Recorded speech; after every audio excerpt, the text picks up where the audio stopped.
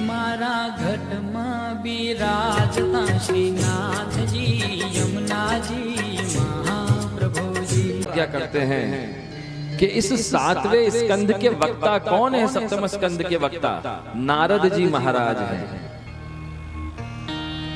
तो नारद जी महाराज को क्यों इसका वक्ता बनाया? तो श्री महाप्रभु वल्लभ आज्ञा करते हैं कि नारद जी को तीनों वासनाओं का अनुभव है। नरत्वम अपि अस्ति, देवत्वम अपि अस्ति, असुरत्वम अपि अस्ति। देवर्षि नारद बने देवी वासना के कारण, आसुरी वासना के कारण। पूर्व जन्म में विद्याधर गंधर्व थे और शाप लगा तो मनुष्य अवतार धारण करना पड़ा और मनुष्य भाव को प्राप्त हुए, दासी पुत्र बने।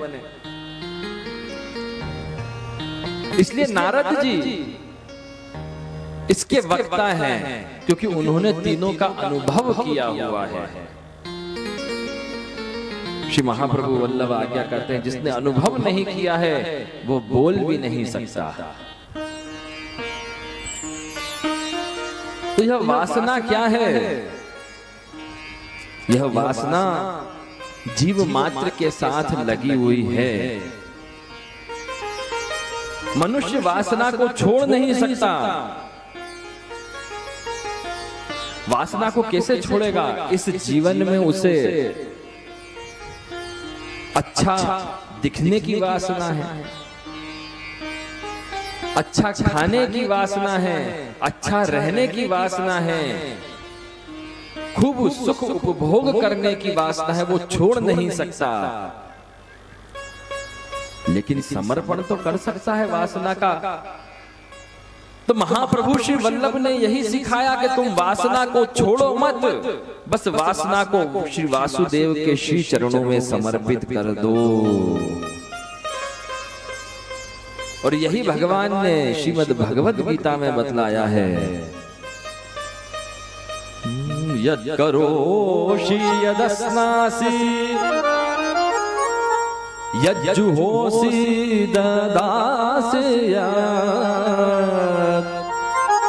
यत् तपस्यसि कौन्तेय तत्कुरुष्व मदर्पणम्। सब कुछ श्री ठाकुर जी के श्री चरणों में अर्पित कर दो तो वासना वासुदेवमयी बन जाएगी। उसमें प्रभु का वास हो जाएगा, प्रभु की सुवास हो जाएगी और प्रभु के सुवास से जीवन सुरभित हो जाएगा, सुगंधित हो जाएगा। और कैसा सुगंधित होएगा कि अपना हृदय, अपना जीवन, अपना घर संसार एक बाग बन जाएगा, सुगंधित बगीचा बन जाएगा जिसमें प्रभु का वास हो जाएगा। फिर उससे चाहो तो पुष्प कुंज का मनोरथ करो, बगीचे का मनोरथ करो, पुष्प की माला धराओ। तो जो कुछ जिसमें अपनी वासना है, सुंदर भोजन करने में अपनी वासना है कि आज तो हमें गुलाब जामुन खाना है, तो श्री ठाकुर जी को भोग धर के खाओ तो महाप्रसाद बन जाएगा, कृपा प्रसाद बन जाएगा।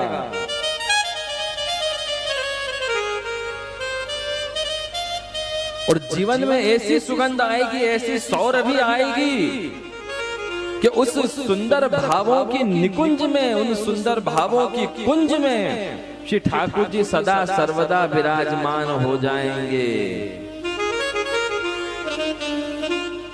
जिस प्रकार बगीचे में गुलाब, मोगरा, जूही, चंपा, चमेली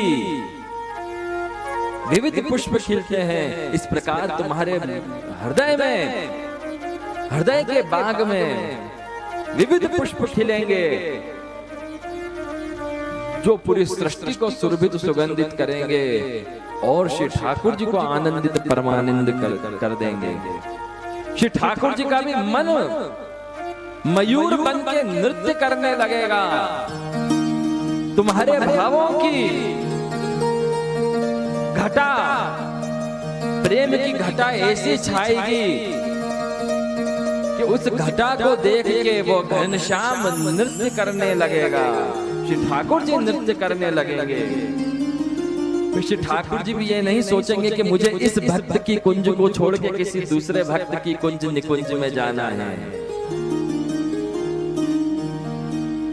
सहसा के उठोगे के बागन काहे को जाओ पिया घर,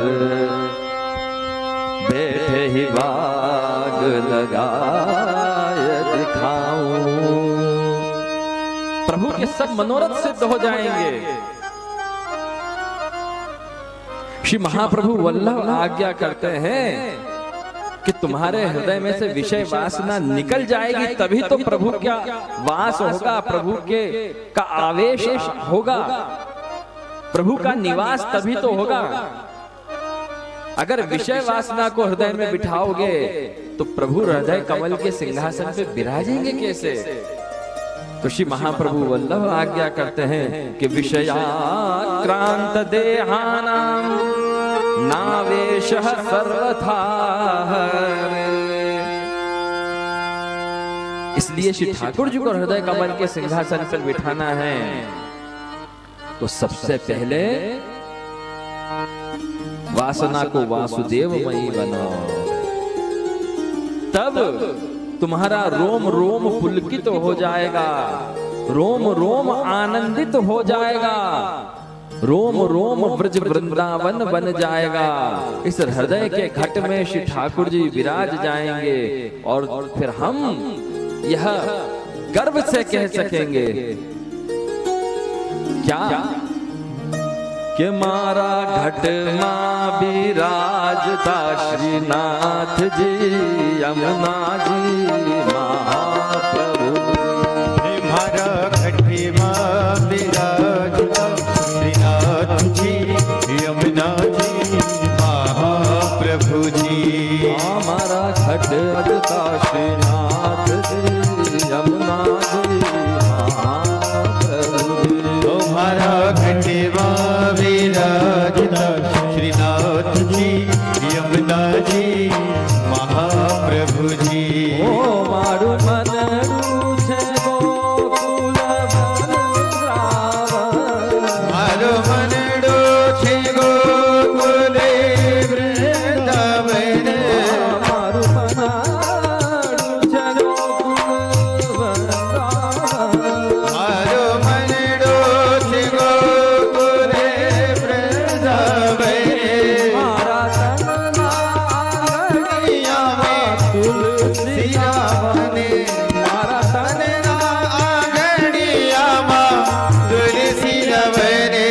मारा प्राण प्राण जीवने, मारा प्राण जीवने। मारा घट विराजता श्रीनाथ जी यमुना जी महाप्रभु जी। हमारा घटिवा विराजता श्रीनाथ जी यमुना जी महाप्रभु जी।